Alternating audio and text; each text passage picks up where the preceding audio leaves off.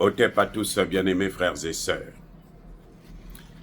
Je disais dans ma dernière vidéo que il y a 3 personnes à qui nous devons demander des comptes, qui nous doivent des comptes. Il y a Vital Kamerhe pour sa complicité, il y a Ambongo pour sa complicité, et c'est chez eux là, ce sont ces hommes-là, que la jeunesse congolaise, au lieu d'aller marcher casser les ambassades, c'est chez eux qu'ils devraient partir. Allez leur demander des comptes. Pourquoi Kamerhe soutient Kagame, pourquoi Ambongo soutient Kagame, il va même aller jusqu'à entamer une procédure que le président n'accepte pas, contraire à la procédure officielle de l'État. Ça ne se fait jamais dans un pays. Maintenant, il y a une troisième personne, c'est le président Tshisekedi lui-même. Je l'ai déjà dit, et je le répète, j'assume ce que je suis en train de dire. Parce que quand Ambongo va faire son cinéma, il va revenir là tranquille, il va s'asseoir chez lui, pendant qu'on est en train de tuer les Congolais. Le président ne prend aucune décision. Mais Ambongo peut aussi aller à Makala, c'est fait pour les hommes, non? Lui aussi peut aller d'abord manger les patates là-bas. Voilà. Pourquoi le président n'agit pas? Ça, c'est un. Deuxièmement, le président Tshisekedi s'est entouré des gros traîtres de la planète. C'est-à-dire qu'aujourd'hui, on a l'impression que le président Tshisekedi est venu pour finaliser le processus occidental de la balkanisation. On a cette impression. Et oui, en tout cas, moi je ne peux pas dire que Tshisekedi veut sauver le Congo. C'est d'autres gens qui se battent. C'est le Tchad qui se mobilise, c'est le Burundi qui se mobilise, c'est l'Afrique du Sud qui se mobilise, c'est sur le terrain en tout cas, c'est Jean-Pierre Mbemba qui se mobilise. On le voit, lui il préfère aller en Allemagne, il est en veste. Vous savez, Zelensky, il a toujours mis une tenue militaire. Parce qu'il est en situation de guerre. Non, lui, il est bien sapé. Il pense que ça va lui donner des ailes. Non. Et il ne prend aucune décision. Il est parti en Allemagne. Mais l'Allemagne est l'auteur de cette situation. L'Allemagne est auteur de cette situation. Le problème aujourd'hui, c'est qu'ils ont peur que Tshisekedi ne se tourne vers les BRICS. Or, Tshisekedi ne peut pas se tourner vers les BRICS, puisque lui, il a déjà des maisons en Belgique, peut-être même en France, ainsi de suite. Comment voulez-vous qu'il aille, chez les BRICS? C'est pour ça qu'il ne veut pas. Il n'est pas capable de prendre le courage de dire, bon, les partenaires là m'ont trahi. Maintenant, je change. Il n'est pas capable de dire que, bon, écoutez, l'Allemagne veut maintenant négocier avec moi. Ok, mais qu'il vienne ici me voir. Pourquoi c'est à lui d'aller? C'est quand tu te déplaces comme ça, là, dans le cas actuel, ça veut dire que c'est toi qui es faible. C'est-à-dire que tu es demandeur. Or, tu sais qu'il n'a plus rien à demander à ces gens-là. Puisqu'ils ont tout donné. Ils ont donné la guerre, 18 millions de personnes, de morts. C'est ça qu'ils ont déjà donné à la RDC. Qu'est-ce que tu vas encore demander chez eux? Et puis, quand Tshisekedi part pour aller signer les accords économiques, très bien, c'est de la diplomatie. Mais qui va payer dédommager ces gens, ces 18 millions de personnes qui sont mortes? Qui va s'occuper d'eux? Il faut qu'un jour, ils commencent à être responsables de leurs actes. C'est-à-dire, oh, vous avez fait ça. Maintenant, continuez à soutenir Kagame. Moi, je vais prendre les Russes et les Chinois qui vont venir faire la guerre, m'aider à faire la guerre. Je vais prendre les Iraniens. Tu prends tous leurs ennemis là. Je vous jure aujourd'hui, mes amis, tous ceux qui m'écoutent là, imaginez que Tshisekedi fait un voyage officiel à Moscou. L'Europe va trembler. La terre va trembler en Europe là. Mais attendez, vous avez vu quand il a fait le voyage en Chine? Vous avez vu quand il a fait le voyage en Chine? Le premier voyage, pas lorsqu'il est parti au sommet Chine-Afrique. Le premier voyage, quand il a fait le voyage en Chine. Ils ont tous tremblé. Que, ah, ça y est, on est foutu. Là, c'est sur le plan économique. Parce que la Chine ne badine pas. Mais sur le plan militaire, pour résoudre la question de la RDC, là, c'est la Russie. S'il fait un voyage en Russie aujourd'hui, Tshisekedi prend devant tout le monde, comme Kaka Déby l'a fait dernièrement. Vous savez comment ça fait trembler le monde?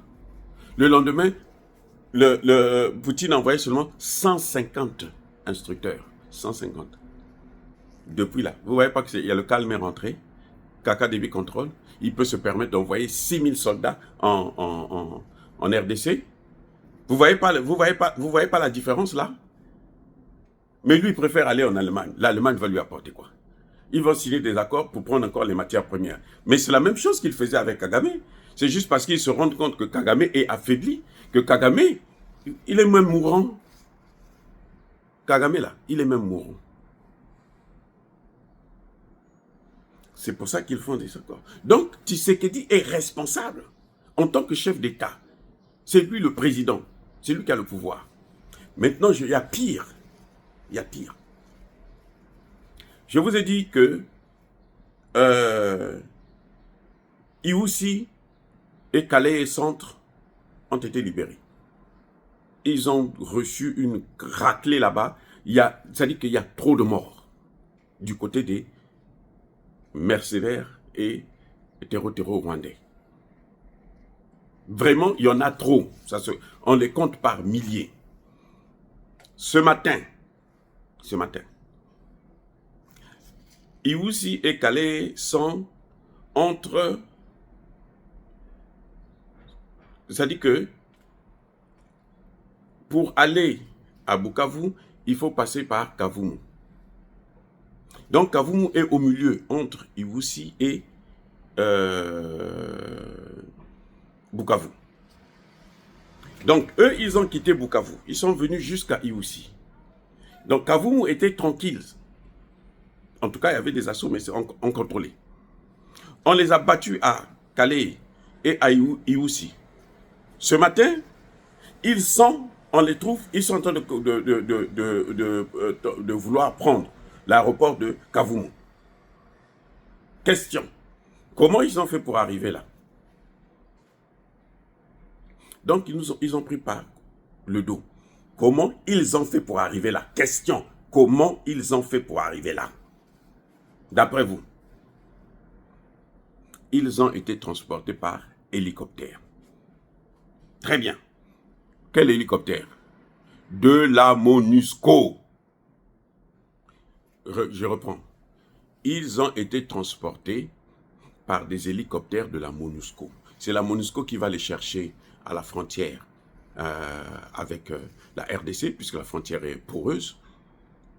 Elle les prend carrément au Rwanda, et puis rentre avec elle, et puis vient les jeter à Kavumu. Voilà pourquoi actuellement, Kavumu est dans une situation critique. Les amis. Or, s'ils prennent l'aéroport de Kavumu, Kagame, ce qu'il fera, il prendra ses avions que la même Allemagne, la France, la Belgique, les États-Unis lui ont donné, Israël lui ont donné, pour amener à Kavumu, maintenant, intensifier la guerre sur le sol congolais, ce qui va faire encore plus de morts du côté des civils congolais. Or, l'objectif, c'est amener la guerre au Rwanda pour que ça puisse faire des dommages collatéraux au Rwanda. Les populations vont se réveiller et se dire, mais attendez, mais la guerre, nous, on croyait que lui, il partait faire la guerre là-bas. La guerre est revenue chez nous-mêmes. Et ils vont commencer à se révolter contre Kagame. Et eux-mêmes, ils vont gérer Kagame. Voilà la vraie stratégie. Or, ce qui se passe actuellement, c'est que les populations du sud et du nord Kivu ont demandé depuis très longtemps au gouvernement, à Tshisekedi, de chasser ces imbéciles de la MONUSCO. Tshisekedi ne veut pas, il continue à les garder. On entend la ministre des Affaires étrangères, quand elle va à l'ONU, nous félicitons la MONUSCO pour son travail. Elle a perdu 2 hommes. Le Congo a perdu 18 millions de personnes. Est-ce qu'on s'en fout de 2 hommes qu'ils ont perdus eux? On s'en fout. On s'en fout, les amis. Voyez à quel niveau la responsabilité de Tshisekedi est engagée? Même s'il n'est pas, comme les gens disent qu'il a le même maître que Kagame, ok, à supposer qu'il n'a pas le même maître que Kagame. Mais pourquoi il continue à garder la MONUSCO? Pourquoi il ne va pas voir les Russes alors que la solution se trouve là? La solution immédiate du Congo, c'est là. Maintenant là que Trump parle avec Poutine, que Trump sacrifie l'Ukraine, ça va être difficile de faire venir les Russes. Les amis, maintenant que Trump parle avec Poutine, Trump a décidé de liquider l'Ukraine. En échange, Trump va demander à Poutine, écoute, laisse-moi par exemple la RDC là. Je veux continuer à faire ma fête. Pourquoi? Parce que le président Tshisekedi a attendu trop longtemps pour prendre une décision. Et quand vous voyez que, comment la MONUSCO sait que les soldats sont en train de donner une raclée là à Iousi, et donc Kavumu est libre.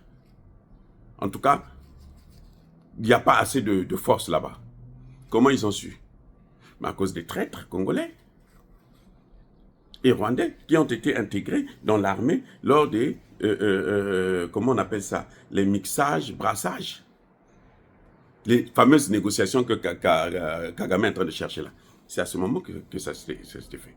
On demande maintenant à Tshisekedi, écoute, les chefs de commandement là, sont des chefs de commandement qui sont là depuis longtemps, au temps de Kabila, et ce sont des chefs de commandement qui sont rentrés dans l'armée par ce principe-là. Il faut les changer, quitte à ce qu'on donne le commandement à un lieutenant, un capitaine. C'est un capitaine qui a sauvé une partie de Goma, un capitaine. Les généraux avaient fui. Au Burkina Faso, c'est un capitaine qui est en train de faire l'affaire. Ce n'est pas un général. Vous voyez, donc, quand je parle de la responsabilité de Tshisekedi, je sais de quoi je parle. Il est lent à la détente. Il est incapable, incompétent pour prendre les décisions réelles. Lui, il veut faire la diplomatie. Tshisekedi a quel diplôme de diplomatie? Donc, le Tshisekedi veut nous apprendre que lui connaît mieux la diplomatie que les Américains, que les Allemands, là, qui sont en train de nous tuer nos frères et sœurs. Et aussi, c'est lui qui empêche, qui ne veut pas prendre les décisions selon la volonté de ce peuple. Le peuple te demande de faire partir la MONUSCO. Fais-la partir. Si ça se retombe sur vous, sur le peuple là, il prendra ses responsabilités. Un peuple, quand il se trompe, il a toujours le dernier mot pour changer la donne. Je répète, lorsqu'un peuple se trompe, il sait comment corriger la situation. Le peuple demande de faire partir la MONUSCO. Avant, bon, à un moment donné, il a décidé, bon, on va les envoyer en 2024, décembre 2024, c'est fini. Nous sommes en 2025, ils sont encore là. On entend sa ministre des Affaires étrangères aller dire non, la MONUSCO fait un bon travail, nous soutenons, nous acceptons, nous sommes conscients du soutien de la MONUSCO. Mais c'est la MONUSCO qui a mené les gens, les soldats de Kagame à Kavumu. La MONUSCO. Maintenant, vous allez dire quoi encore? Le peuple demande, va voir les Russes. Nous, on veut travailler avec les Russes parce qu'on veut changer de système complètement. On ne veut pas les armes des Occidentaux. D'ailleurs, le Congo est sous embargo. On va voir les Russes. Les Russes vont surmonter cet embargo. Ils ne veulent pas. Voilà ce que ça donne. Donc, je reprends encore, le président Tshisekedi lui-même est un frein à la résolution, à la paix dans l'Est de la RDC. Parce qu'il croit que la paix viendra par une fausse diplomatie ou par les prières. Non. Ce n'est pas les pasteurs. Regardez, l'église catholique là est avec Kagame. L'église catholique du Congo, l'église protestante du Congo, ils sont avec Kagame. Ils l'ont montré là. Ils sont à Kigali en ce moment. Je ne sais pas s'ils sont revenus. En passant par le Kenya. Et ils ont voyagé du Kenya jusqu'à Kigali, dans le même avion que Jeannette Kagame, la femme de Paul Kagame. Vous croyez que vous allez faire quoi? Qu'est-ce qu'ils sont partis faire là-bas? Ils sont allés seulement bénir Kagame sur la scène internationale. C'est pour ça que Kagame est en train de continuer.